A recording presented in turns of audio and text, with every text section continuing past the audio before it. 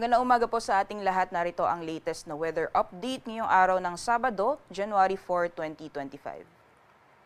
Sa kasalukuyan po ay wala tayong binabantayan na low pressure area o bagyo sa loob at labas ng ating Philippine Area of Responsibility.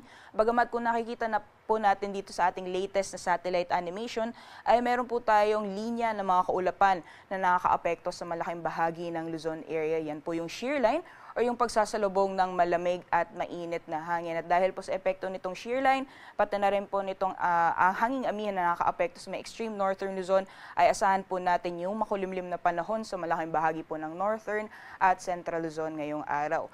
Meanwhile, dito po sa nalalabing bahagi ng ating bansa, nakikita po natin na wala po tayong namamataan na makakapal na kaulapan na posible pong magdulot ng buong araw na tuloy-tuloy na mga pagulan. So asahan po natin generally fair weather conditions dito sa may Mindanao. Inaasahan lang po natin yung mataas sa posibilidad ng mga biglaan o mga panandali ang buhos ng ulan dulot po ng mga localized thunderstorms. So monitoring din po tayo ng mga thunderstorm advisory na nilalabas po ng ating Pag-asa Regional Services Division.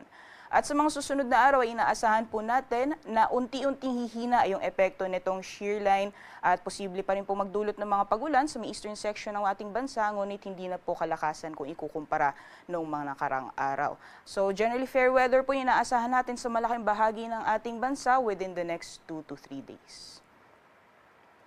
Para naman po sa magiging lagay ng panahon dito po sa Luzon ngayong araw, gaya po ng nakita natin sa ating latest satellite animation, magiging makulimlim po yung panahon sa bahagi po ng northern at central Luzon dulot po ng epekto nitong hanging amihan, pati na rin po ng shear line.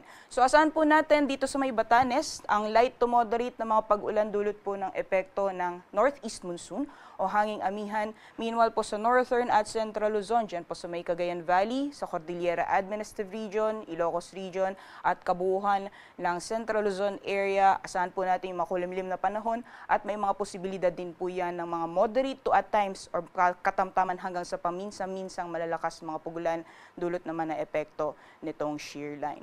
Sa nalalabing bahagi naman po ng Luzon, dyan po sa Metro Manila, sa Calabarzon, dito po sa Bicol Region, as well as sa Mimaropa, ay inaasahan po natin yung bahagyang maulap hanggang sa maulap po na papawarin. So generally fair weather conditions po tayo. Kung may mga pag-ulan man ay panandalian lamang o mga biglaan po na buhos ng ulan dulot po ng mga localized na thunderstorms.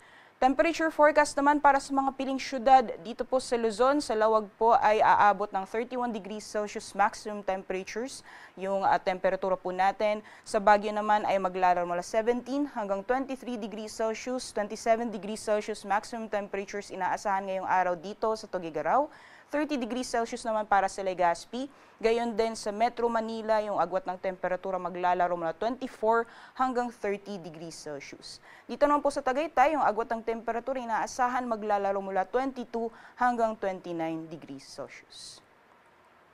Sa maging lagay naman po ng panahon ngayong araw sa nalalabing bahagi po ng ating bansa dyan po sa Palawan, Visayas, pati na rin sa Mindanao, ay inaasahan po natin na magpapatuloy yung generally fair weather conditions. So may mga chance lamang po ng mga biglaan o mga panandali ang buhos ng ulan dulot po ng mga localized thunderstorms na hindi po tumatagal.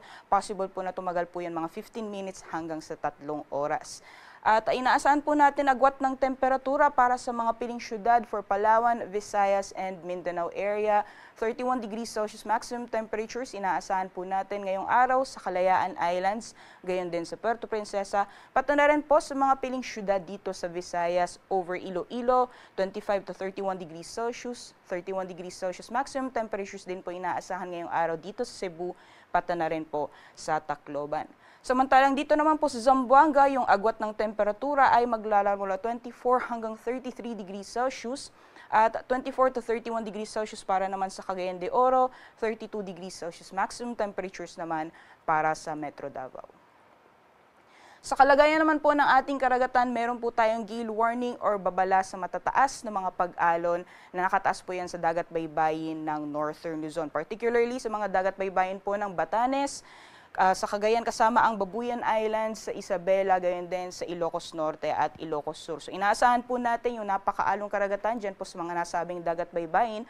So delikado pong pumalaot na, especially po sa ating mga kababayan na mangingisda, pati na rin po yung may mga maliit na sakyang pandagat.